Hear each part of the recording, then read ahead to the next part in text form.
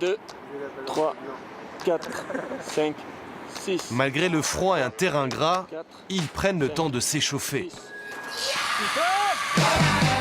Car l'Ultimate Frisbee est un sport très physique, fait de courses, de contacts, de plongeons.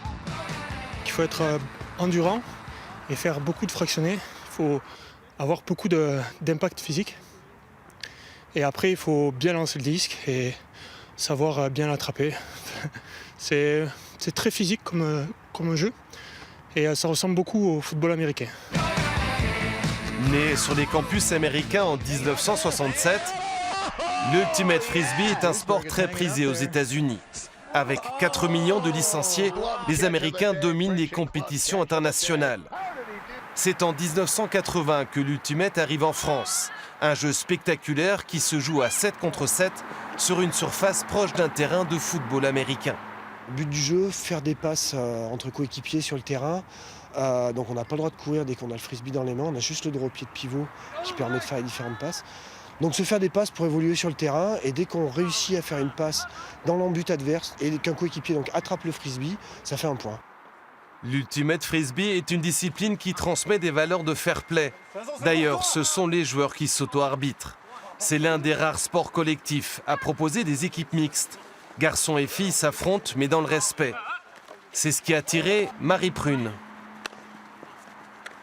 Ouais, bah oui, c'est sympa, c'est une autre ambiance, c'est fair play, parce qu'il n'y a pas de contact, enfin, en tout cas pas volontaire. Et oui, voilà, non, c'est vrai que c'est un sport qui permet ça par rapport à d'autres sports comme le foot ou où on tacle, voilà. C'est en 2000 que le Toulouse Université Club s'est doté d'une section d'Ultimate Frisbee. Tarbes et Auch ont suivi. 3 clubs en pleine croissance, de plus en plus de joueurs sont attirés par cette discipline. C'est vraiment un sport qui est en développement parce qu'il y a vraiment beaucoup de valeurs qui sont véhiculées par le sport avec vraiment l'auto-arbitrage, la mixité.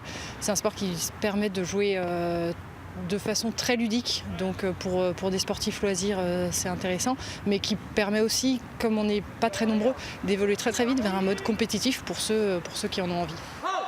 Allez, Jason, ça va être toi. Il y a un mois, le ministère des Sports et de la Jeunesse a reconnu la fédération de Flying Disc comme une fédération à part entière. Cela va faciliter son développement en termes d'infrastructures ou de visibilité, notamment dans notre région où ce sport ne compte que 220 licenciés.